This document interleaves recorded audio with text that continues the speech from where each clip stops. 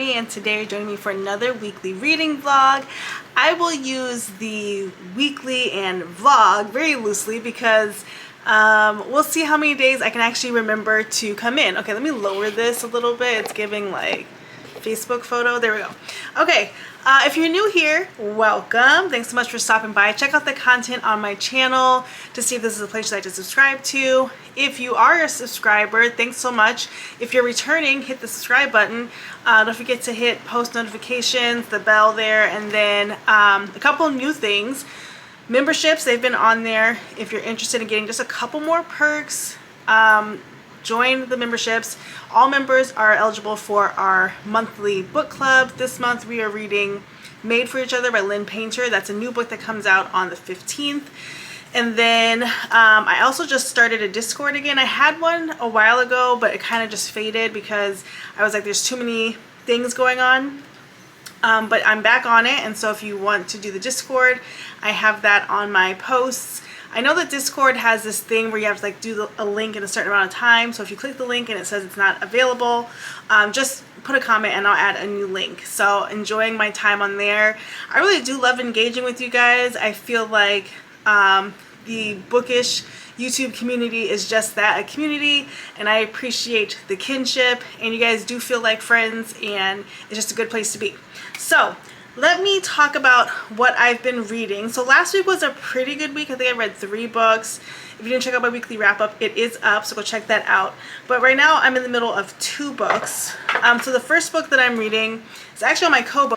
Okay, so I originally had the Kobo Libra and sold that to an amazing subscriber, and then I picked up the Kobo Clara because I felt like I needed to be able to compare devices. That's part of my channel. I do a lot of e-reader content, but I just wasn't vibing with the Kobo color or the Kobo Clara, and really missed the Kobo Libra. I think after the whole sort of Amazon backlash, lots of people were going to the Kobo, and I was watching a whole bunch of unboxings, got super influenced, and repurchased it.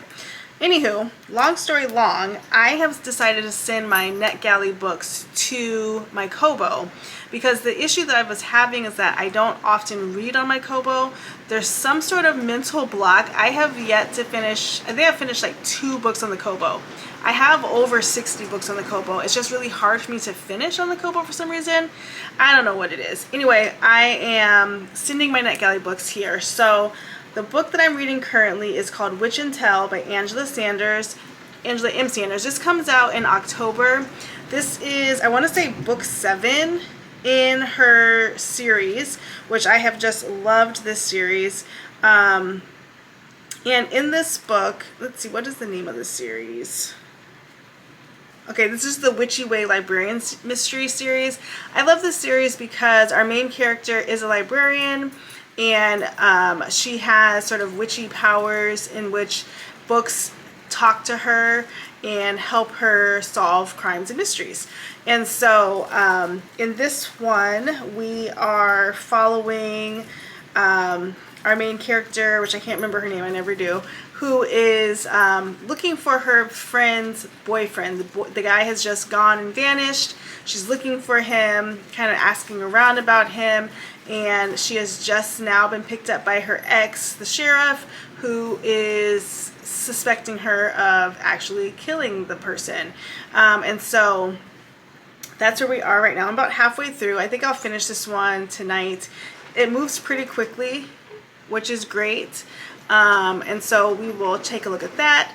And then I am listening to a book from Kindle. I picked up the book Plus Size Player, and this is book 2 in a series. I think the first one was Curvy Girl Summer, and my Kindle is actually getting an update right now, which is crazy. It hasn't had an update in a hot minute. So let me just see if I can show you on my phone. Okay, so this book is by Danielle Allen, and this book is following our main character, female, who is plus size, and she is currently dating 4 different guys, and each guy has a different role. There's a funny guy, there's a serious guy, there's a smart guy, and there's like an adventurous guy, whatever. Anyway, she has been just like non-committal and fine with it. She's also a plus size model influencer.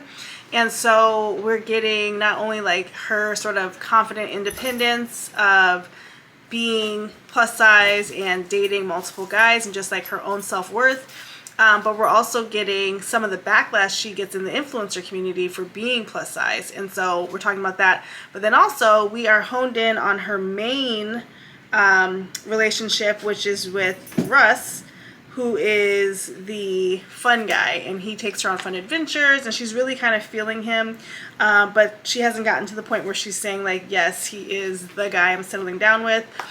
So really good. That book is really spicy. So if you are someone who shies away from it, I would not even recommend this book. It's too much. I am not opposed to it, but when it gets too long, or especially on audio, I'm skipping it. It's just too much. But the story is so well written, it's very intriguing, and so I'm looking forward to listening to that this week. I do commute 3 times a week this week, and so I'm listening to it there and back, and it has been enjoyable so far. So that is how I'm starting off the week. I'm going to hop in the shower and then get back to reading Witch and Tell, so I can wrap this up, and then we'll get on to our next NetGalley read, because we have some that are due like in July. Okay, so that's everything for Monday. I'll be back tomorrow. Hey guys, hopping on really quick. It is Tuesday. Wanted to update you on my reading so far. I might come back on later tonight if I read some more. So yesterday I did finish my ER Cozy Mystery, the librarian one. What was it called? Hold up. Witch and Tell. I ended up giving that book 4 stars. I actually thought it was really good. Again, this is a series. This is the 7th book of the series, so it's like either you get it or you don't. But I thought it was really well written. I like I said, the librarian theme. I like Angela M. Sanders' writing. And I thought it was fast-moving, suspenseful. It has that witchy element. Definitely good for October. I think it comes out in October, so definitely good for that time of the year, and completely agree that it is an October book. But I do think there was a weak point of the plot that wasn't necessary. There's like a woman who's kind of a villain, and I guess the whole point is to address the idea of banned books, but her thing is that she doesn't want any books with cats in it, and she says cats attack, and what the whole plot line to me was dumb. I get what they're trying to do to add that social commentary, but it was not necessary. And then, as I said, I was commuting this week, so I was continuing with Plus Size Player. I am on chapter 9, about 34%. Only 34%? How many pages is this book? I just feel like it's been going. But it is still a good book. So we have our main character, Nina. As I said, she's dating several people. She's an influencer. There's a lot of conversation around her being plus size and just like some of the backlash she gets. She went to a couple of events and people were really rude to her. There's a couple of really rude interactions with men, just being really degrading to her. So that part is a little, I mean, it's real, but it's kind of like shoved down our throat a bit. And then she gets a deal with a company that wants to have her exclusively, and they make sure to mention there's no fraternization. And so right then I was like, okay, the guy that she likes the most, Russ, must work somewhere in the company. And so she's at the first sort of gala, and boom, he's there. And so I know what's going to happen now. Not to mention, she took a different guy with her to this event. And then, you know, he really liked her. It was their 7th date. And he's like, you know, I really want us to be more. And she's like, no, I can't do it. And just kind of sent him on his way. But the owner of the company thought that was her boyfriend. So I'm sure something like that's going to come out and there's going to be an argument. So I can kind of see where this is going. But I might pick this up on the Kindle too. Number 1, it's really good. But number 2, I might be able to go faster than the audio. Right now I'm listening to the audio at 1.8 speed, which again is pretty fast. But I can't believe I'm only 34% in. I thought I was at least 50 or 60% in because I feel like a lot has been happening. So we'll see. But anyway, I am going to exercise and then I'm going to read. My youngest wants to try liver. I did eat it a lot as a kid. I haven't had it in a while and I've never made it. And I'm kind of skeeved out because it's so bloody and squishy. But anything for the kids, right? I'm going to wear some gloves, or we're going to make it happen. Okay, so that is it for now, and I might come back on later to update you. Hey guys, happy Thursday, popping on to check in. Now you may be thinking that I missed a day yesterday, and I'm here to tell you that it's false. I actually did film Wednesday update because I finished 2 books yesterday and gave you about 15 minutes of content on that camera in slow-mo. And then I proceeded to film the video that's already out, which is the pros and cons of e-readers.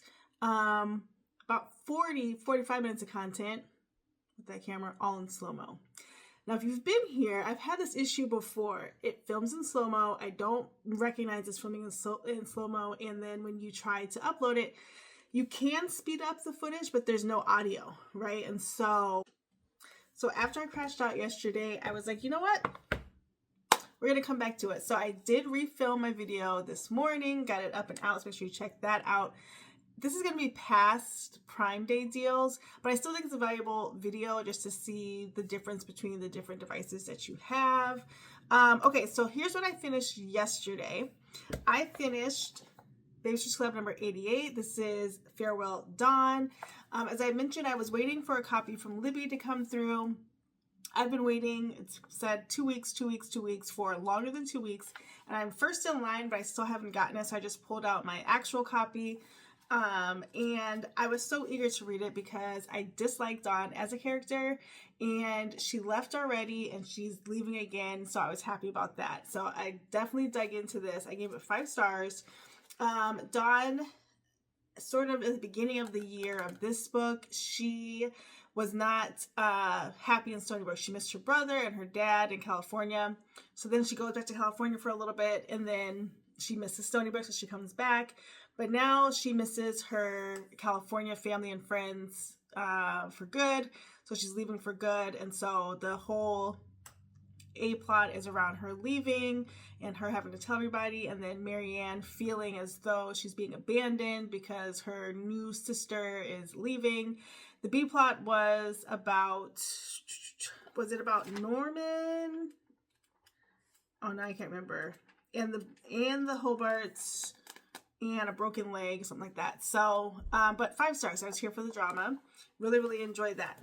But the actual tea for yesterday was that I did finish my lovely, lovely book by Danielle Allen, which was Plus Size Player. And I talked about this book a little bit on Tuesday, but I just want to wrap it up for you. And I did give this book 5 stars.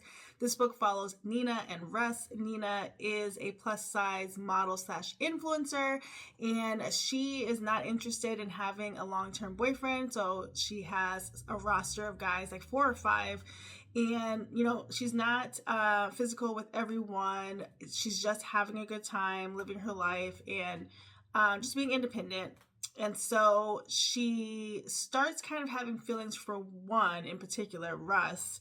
And throughout the book, she's trying to sort of deny her feelings and still trying to date a little bit. But it's just nobody hits the way Russ does. They have a great time together. They can laugh. They can be themselves.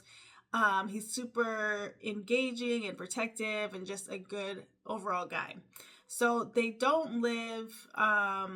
I want to say he lived on the West Coast and she lives in New York, but he's from New York, so he's there a lot.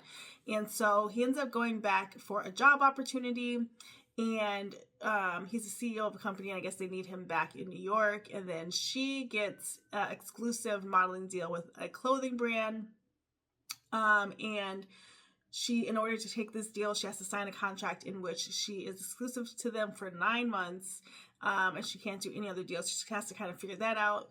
Throughout the book, along with the romance, we're kind of deep into the sort of influencer world, but also what it means to be plus size in her world and in, I guess, society in general.